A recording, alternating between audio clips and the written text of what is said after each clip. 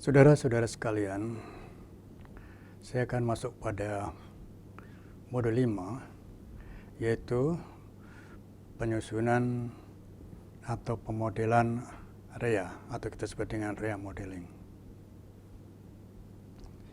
REA modeling inilah yang akan menjadi dasar atau referensi kita merancang sistem informasi berbasis bisnis. Di sana ada 4 hal yang akan saya bahas pada modul ini, yaitu yang pertama adalah apa itu resources, agent, event, dan relationship symbol atau simbol-simbol yang kita gunakan untuk menggambarkan sumber daya, kegiatan, pelaku atau agent, dan relationship. Yang kedua, saya akan bahas tentang bagaimana memodelkan interaksi antara R, resource, event, dan agent, atau kita sebut sebagai diagram REA atau REA diagram.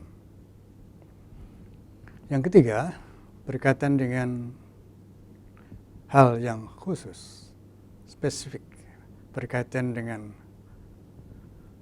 proses-proses bisnis yang berpasangan. Kita sebut dengan duality. Sedangkan nanti kita akan jelaskan juga mengapa kita memerlukan entitas link. Coba kita perhatikan gambar yang satu ini, yang menggambarkan apa sih simbol-simbol yang digunakan untuk menggambarkan atau memodelkan entitas bisnis itu. Entitas atau entity yang bisa berupa kegiatan bisnis atau business event, kemudian agent yang terdiri dari internal agent dan external agent,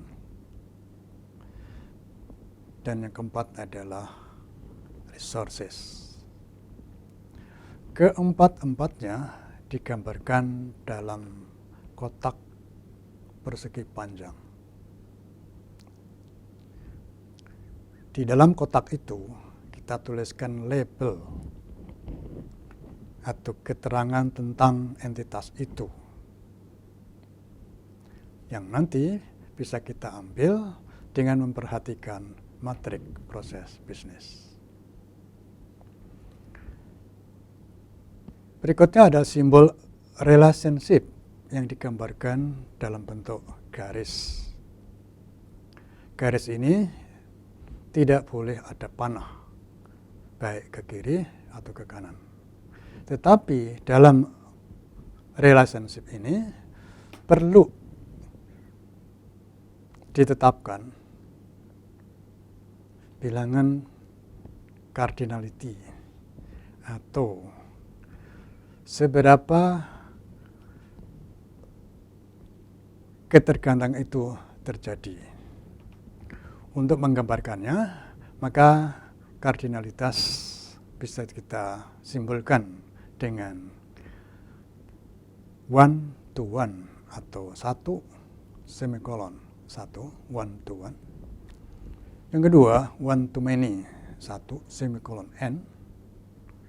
Dan yang ketiga adalah bisa 0, 1 atau banyak, disimbolkan dengan 0, semikolon 1, semikolon n. Jadi, kita akan menggambarkan kegiatan-kegiatan bisnis itu dalam satu diagram yang kita sebut dengan diagram REA atau modeling REA. Dan dari diagram ini nanti akan kita gunakan untuk dasar perancangan sistem berbasis bisnis. Nah, bagaimana memodelkannya?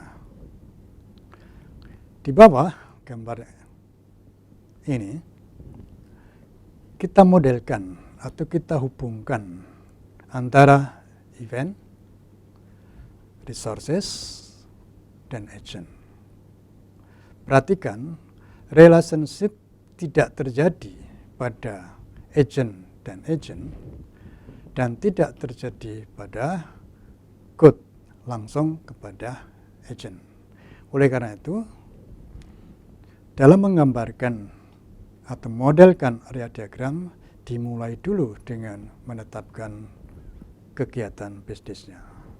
Sebagai contoh di situ, receipt order. Sekali lagi, receipt order adalah operational business activity. Nah, apa sumber daya yang terlibat atau terkait pada kegiatan ini? Di sana ada resources atau barang. Perhatikan bahwa pada model ini kita tidak boleh mendeskripsikan atau menggambarkan atau menginterpretasikan bahwa barang atau resources menjadi input dari kegiatan receive order. Tapi barang atau resources ini terlibat pada kegiatan penerima pesanan. Nah, pada kegiatan menerima pesanan itu, internal agent atau pelaku kegiatan itu secara internal dilakukan oleh staf penjualan. Oleh karena itu, staf penjualan itu merupakan internal business agent.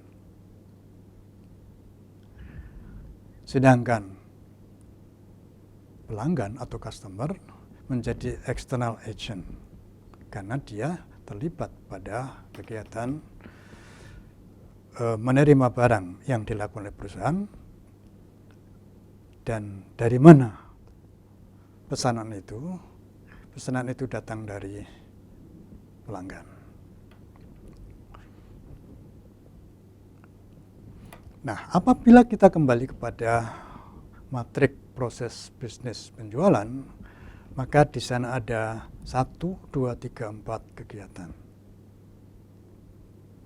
Oleh karenanya, maka pada penggambaran model REA, keempat kegiatan ini lalu kita urutkan dan kita gambarkan dalam bentuk kotak-kotak. Kemudian masing-masing kotak diberi label sesuai yang ada pada business event. Kemudian dari event-event itu kita kaitkan dengan siapa pelaku-pelaku kegiatan itu atau pelaku-pelaku yang terlibat pada kegiatan itu dan apa resources yang terlibat. Pada gambar berikutnya kita lihat di situ, pertama di tengah ada kegiatan receive order. Kemudian diikuti dengan shipping good atau pengiriman barang. Kemudian diikuti dengan penagihan atau billing dan diikuti dengan kegiatan berikutnya yaitu receive payment atau menerima keuangan. Jadi pada penyusunan diagram REA kita harus mengurutkan kegiatan-kegiatan bisnis itu naturally bertahap. Artinya kita tidak boleh misalnya receive order, kemudian kegiatan yang kedua adalah receive payment. Itu tidak sesuai dengan urutan-urutan bisnis yang dilakukan pada proses bisnis penjualan barang. Kemudian setelah kegiatan-kegiatan bisnis itu kita urutkan ke bawah, lalu kita berikan label, maka berikutnya untuk kegiatan bisnis yang pertama kita kaitkan dengan resources-nya. Tentu receive order akan berkaitan dengan barang atau good. Mengirim barang juga akan berkaitan dengan good barang atau barang yang dikirim. Sedangkan secara internal pelaksana-pelaksana atau petugas-petugas untuk menerima pesanan dan pengiriman adalah staf penjualan dan staf pengiriman.